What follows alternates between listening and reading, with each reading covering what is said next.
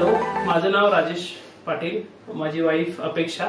आम्ही तातवडेवरून आलो इकडे सिम्बायोसिस हॉस्पिटलला.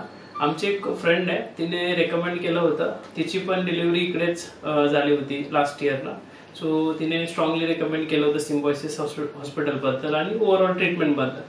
सो आम्ही प्रेग्नन्सी स्टार्ट करण्याच्या अगोदरच कन्सल्टेशन स्टार्ट केलं होतं. डॉक्टर प्रीती ओव्हरऑल जर्नीमध्ये त्यांनी खूप सपोर्ट केला.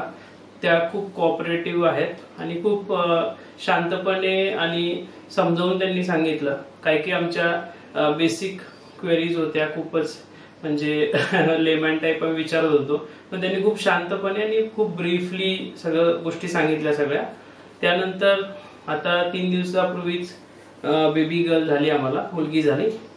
आणि ओव्हरऑल स्टाफनी खूप कोऑपरेट केलं. पीडियाट्रिशियन्स असतील, डायटिशियन्स असतील, इथल्या मावशी असतील, त्या सगळ्यांनी खूप सपोर्ट केला.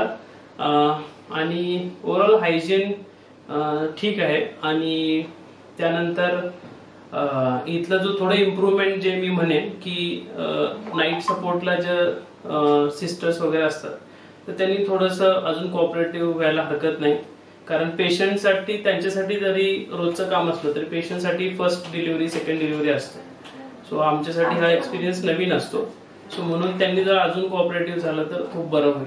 काही सिस्टर्सचा नाईटच्या एस्पेशली रूड हे वाटलं बिहेवियर. सो ते इम्प्रूव्ह होऊ शकतं. कॅन्टीनचं जेवण पेशंटसाठी खूप वेळच्या वेळी आलं. त्यांनी खूप डायटिशियननं जे काही सांगितलं होतं ते व्यवस्थित वेळेवरती प्रोव्हाइड केलं. आणि पेशंटच्या रिलेटिव्हजला थोडं डिलेमध्ये मिळालं जेवण, but that's fine. Yes, thank you Symbiosis and all the doctors and the staff. Thank you so much.